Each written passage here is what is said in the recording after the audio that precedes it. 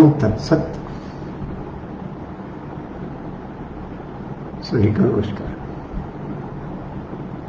चलिए पितामह से एक कथा सुने। प्राणियों के संसार, उस संसार से एक कथा। एक गाय थी, उस गाय का नाम नंदिनी।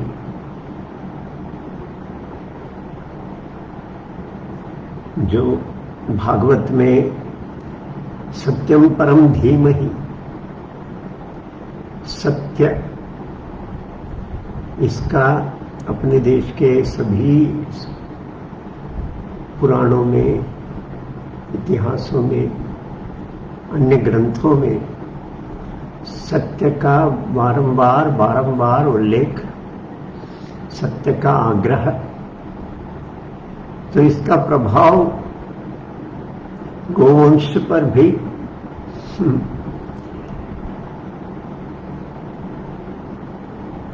तो नंदिनी सत्यवती थी।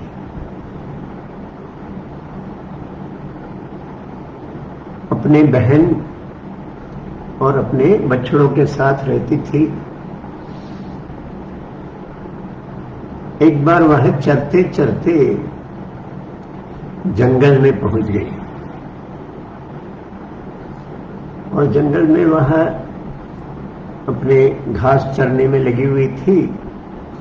तो कुछ आहट पीछे और कुछ श्वास गर्जना, तो एकदम घबराकर उसने पीछे मुड़ा तो व्याघ्र सामने खड़ा हुआ था। बस इस पर छलांग मारने की तैयारी में था। इसका गला पकड़ के फाड़कर इसको अपना स्वादिष्ट भोजन बनाने की तैयारी में था। तो नंदिनी ने बोला कि भाई साहब, अगर आप माने तो मुझे अपने घर जाने की अनुमति दें। शेर हंसा, ओ मुझसे बचकर, मेरे दांतों से बचकर निकलने का है। तो नंदिनी कहती है, नहीं, मेरे बछड़े हैं, मैं उनको एक बार, अंतिम बार प्यार से उनको देखकर आनी चाहती हूं। अपने जिह्वा से उन्हें चाटकर अपने बहन के हाथ उन्हें सौंपा कर मैं वापस आ जाऊंगी। मैं आपके लिए भक्ष्य अवश्य बनूंगी, तो निश्चिंत रहे, मैं निश्चित यहां वापस आ जाऊंगी। तो शेर जोर से हंसा, बेचारी डर में क्या बक रही है, तुम्हें लगा मैं छोड़ दूंगा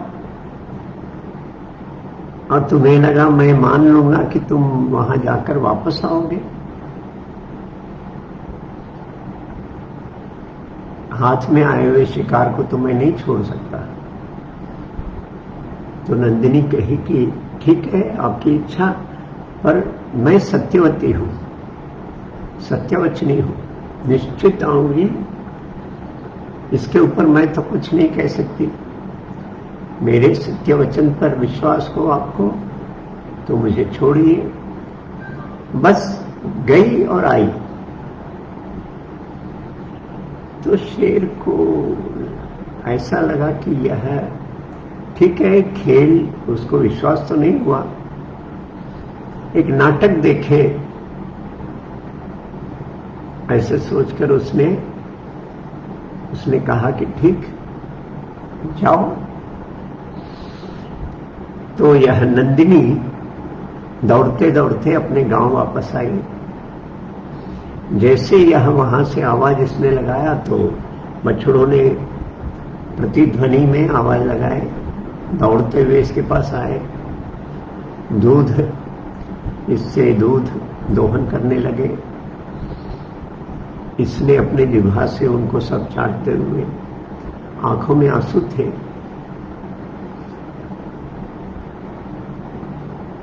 फिर अपने बहन के पास बच्चों को ले जाकर बहन से कहा कि इनके देखभाल करना यह तुम्हारा कर्तव्य होगा। अपने बच्चों के साथ मेरे इन बच्चों का भी देखभाल करना। तुम कहां चली हो? मुझे एक कर्तव्य है, मुझे जाना है। नहीं, कहां जा रही है तो बताओ। अब मैं विवश हूं, मैं नहीं बता सकूंगी, और तुम ये बछड़ों को संभाल लेना। तो बछड़े कहने लगे, मां हम भी चलेंगे। मां ने कहा, नहीं नहीं, मौसी के साथ रहो। फिर भी बछड़े हठ करने लगे और इसने डांट फटकार किया, अपने बहन के हाथ में उनको सौंपा कर दौड़ते हुए वो जंगल की ओर वापस आई। पर बछड़े उनसे अब छूटा नहीं गया, वे तो अपनी मां के पीछे पीछे उसी जंगल में वे भी पहुंचे। नंदिनी आकर पहुंच गई शेर के सामने और शेर से कहा, श्वास हाँकते हुए, यस मैं आ गई। शेर को बड़ा आश्चर्य लगा, कैसा है? मुंह से निकली हुई बस जीवन जाना है ऐसा निश्चित अवस्था से निकलकर बची हुई वापस उसी मुंह में आकर गिरना, एक अपने वचन के लिए। शेर बड़ा आश्चर्यचकित हुआ और सोच ही रहा था तो दोनों बछड़े सामने आ गए और अपने मां और शेर के बीच में। उन्होंने कहा कि पहले हमें ले लो, बाद में अब हमारी मां को।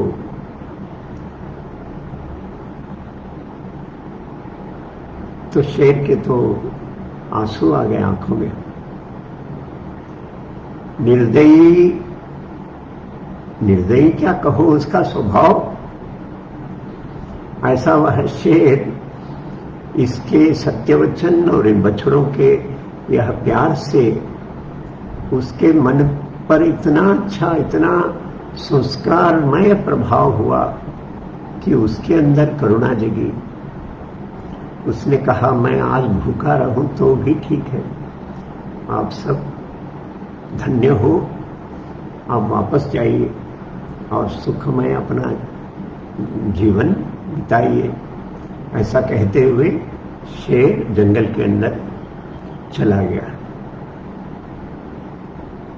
अपने सद्गुणों का प्रभाव पत्थरों पर भी होता है, पेड़ वृक्षों पर होता है, कठोर हृदय वालों पर भी होता है। सत्यवचनी नंदिनी भविष्य में कामधेनु बनी, जो इंद्रलोक के जो गाय है, जो हम मन में जो भी इच्छा करते हैं वे सभी इच्छाओं को पूर्ति करने वाली गाय बनी। ऐसे इस धरती भारत भूमि की सत्य वासना, सत्यनिष्ठा, इसकी एक प्रतीक यह नंदिनी रही। ओम तत्सत। आज की कथा यहां समाप्त करें। कल पुनः भेंट होगी और एक कथा के साथ। ओम तत्सत।